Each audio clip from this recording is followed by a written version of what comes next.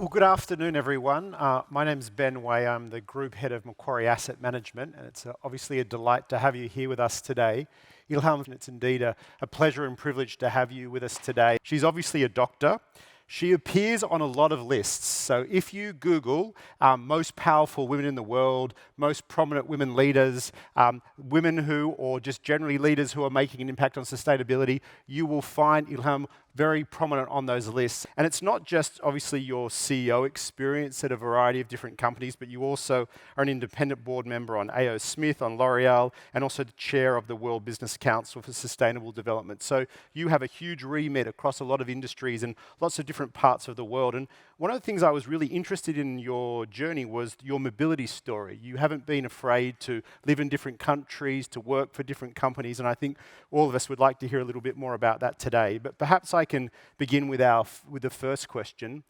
It is very hard to do what you are doing, both deliver outstanding financial performance, particularly in terms of revenue and profit growth and shareholder returns, but also transform your business. There are many companies out there in the world who have deep ambitions around sustainability, but a lot of us are essentially learning as we're doing. So for a company that has been so successful, both in terms of Solvay and now due to the demerger and split as Syensqo, what are the secrets to your success, and how have you been able to balance both that transformation of a business, embracing sustainability, and being able to deliver for the bottom line? Yeah, well, thank you, first of all, for having me in your intro. It's not easy, but we're not here because it's easy, obviously.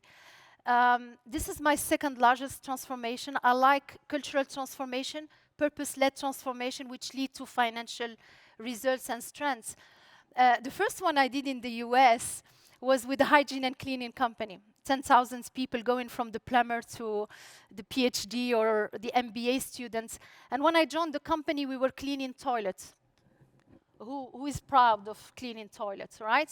When I left the company, we were saving lives. And when I left the company stopped to bleed cash, because that's how I got it. And I sold this at 11 times to a private equity.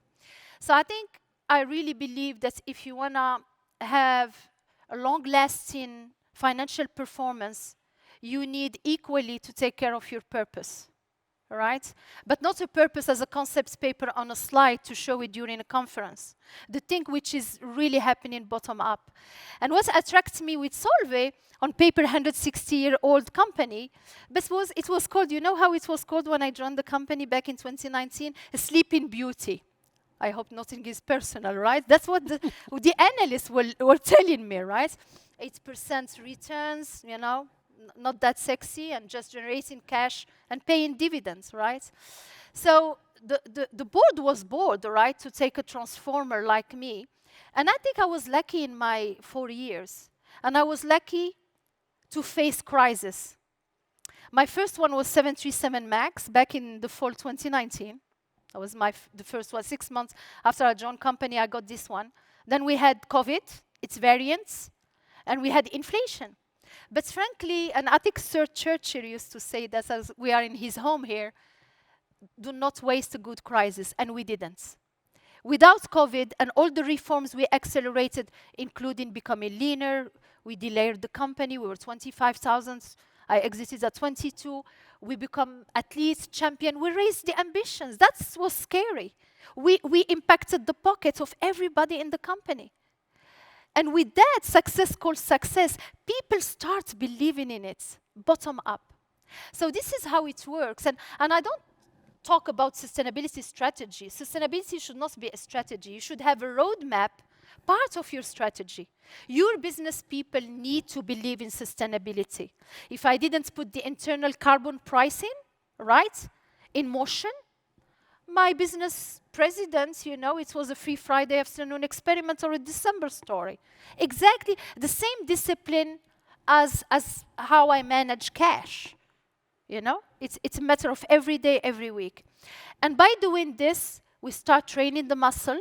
We found the project. We became, by the way, the first solar farmer in the United States of America in the chemical industry. 500 soccer fields now are full of solar power in 3 GBUs, were 100% renewable. And you know which country now at former Solvay, now Syensqo, is 100% renewable? Believe it or not, it's China. There is no internal carbon pricing because our Chinese colleagues are competitive and they said, we'll do it first. 100% renewable powered.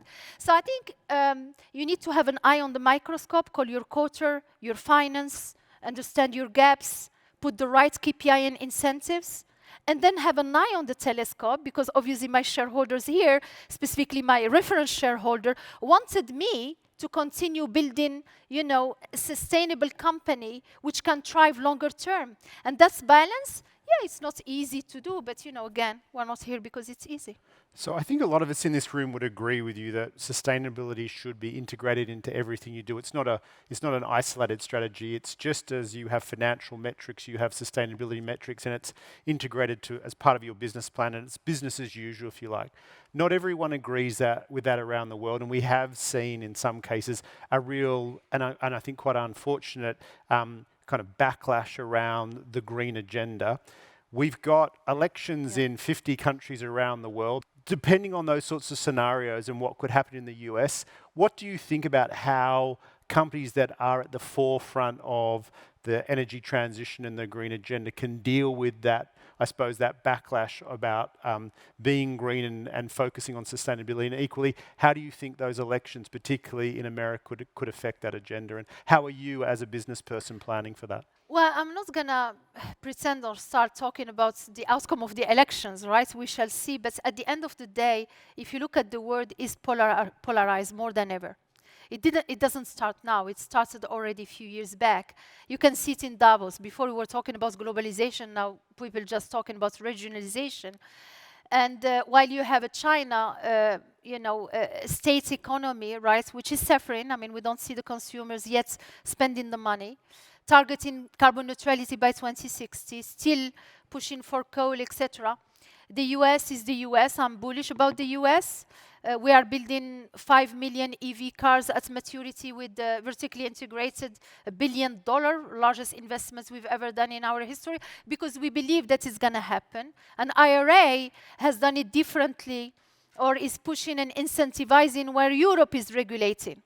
And that creates a lot of challenge for our region here in Europe, because Europe has been very bold to launch the Green Deal, and we are not debating the what. I think many of my peers, and we were 70 CEOs meeting the President Ursula von der Leyen with the Premier De Croo a few weeks back in Antwerpen, and we handed the Antwerpen Declaration. Is an industrial declaration, and plea to really look at the how more carefully in Europe, because that's where my worry is the de-industrialization of Europe, right? Because with the Green Deal and very stringent requirements, if you don't plan it the right way, we don't know who is going to pay for the decarbonation, right? And you see already some of the OEMs starting to say, well, we're going to freeze a bit this switch to electrification or lightweighting, etc., and moving away from Europe to other continents. So, and the dream of having internal carbon pricing, like I did in my company, is just a fiction. It's not going to happen, I believe, anytime soon. So what we need to do, I think the private sector has its role to play, and we are playing it. Many of us are really playing it, but we need to be competitive. And there is an issue of competitiveness in Europe today. That's the big elephant in the room. We need to create public demand. If there is no charging station on the road, they will not be EV or hybrid. And the European driver wants to have 800-kilometer autonomy, believe it or not, even if they do it once a year to go to the south of Italy or France, right? That's just the end user and the consumer. We need to have regulatory recognition. Many are doing the good things, the good stuff, but we need portfolio managers within investors to also recognize this, like Macquarie you do, guys, right? You look at the financial and non-financials and make us accountable for both. And 3, we need to upscale innovation. At the end of the day, I'm a businesswoman.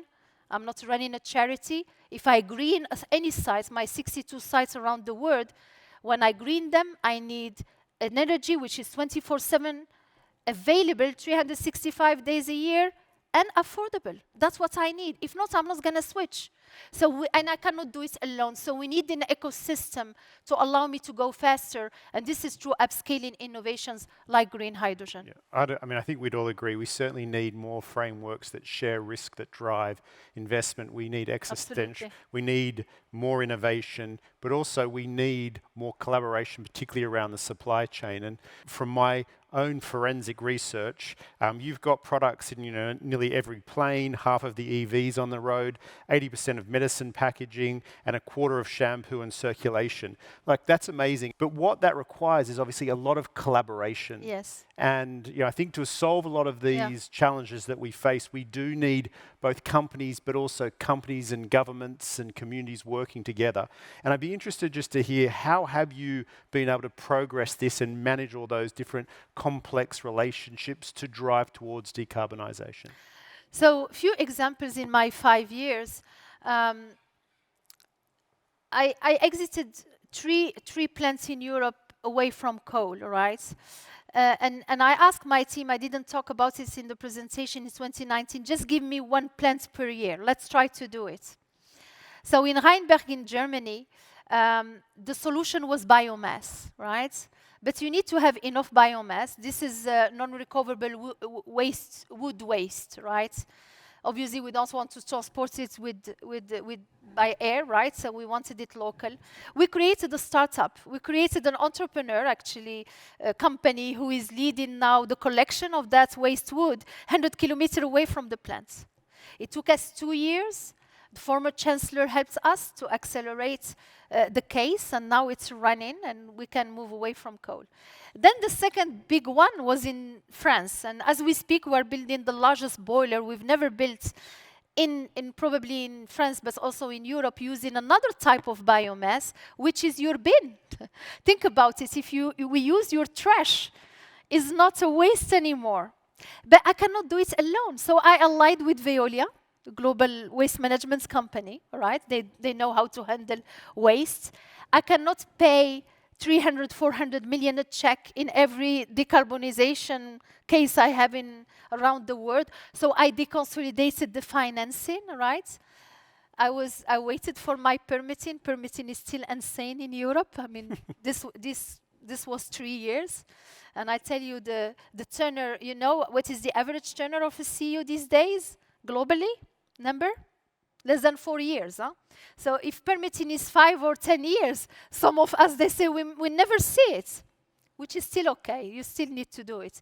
So the second one was another, and we are using other technologies. I talked about solar farming, But collaboration is critical. I cannot invest myself in all of this. If not, I cannot grow my business. I cannot put more capacity on the ground. So you need to find those ecosystems at the level that now we are building hubs, right? In green hydrogen, in carbon capture, right? Because the cost curve is still high. Green hydrogen in Europe is 7, 8, 10 euro a kilo. I need this industry to be far below 2, which you find in Chile, in South Africa, or Australia, but I need it here in Europe. So I need that hubs and that critical mass and that cost curve to decline and decrease to allow me to start using that energy. And circularity, and I'm in the home of Ellen MacArthur, and we're using her Circulytics to drive our circular economy inside the company. You cannot do it alone. I need my suppliers. So we speed date with the 300 suppliers. We have now the carbon footprint of what we buy. And we told them then in the future, this is the only way to do business with Syensqo, but we are patient. We are going to drive the journey with them because some of them are small, medium-sized companies. They cannot drive the crazy framework we are driving inside the company. And then with our customers, because you need a green premium, because the elephant in the room again is green pricing. Where is it? Right? So we need to go and defend with our customers and the end users you are, and some of you are more green aware than others, that it deserves to have green pricing and green premium. So yeah, collaboration is critical for the next decades. Well, on that note, Ilham, thank you for joining us. Ladies and gentlemen, please join me in thanking Ilham Kadri.